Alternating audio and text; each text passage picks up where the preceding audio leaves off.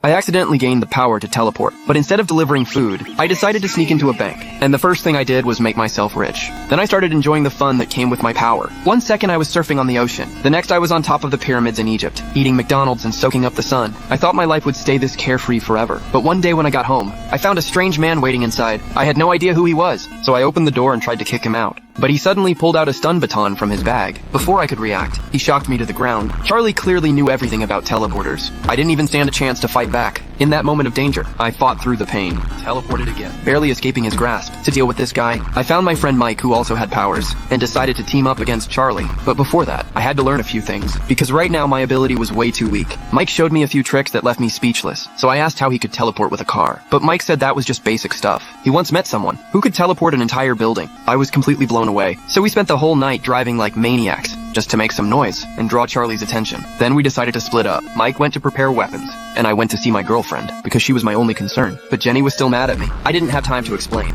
Before Charlie tracked me down, I had no choice but to reveal my power to her. She was terrified by what she saw, and wouldn't come near me. But Charlie was already at the door, so I grabbed her, and teleported to Mike's base. But I underestimated Charlie's power. He pulled out a high-tech weapon from a case, flipped a switch, and the sky turned dark in an instant. Then Charlie followed us through the rift. Before I could react, he pinned me to the wall. As he came closer, I begged him to stop, but he pulled out a knife ready to stab me. Just then Mike finally showed up. He fired his flamethrower, forcing Charlie to back off. I quickly started cutting the ropes, but Charlie wasn't dead yet. Mike threw a punch that sent him flying. Then while Charlie was still down, Mike jumped into his car and drove away.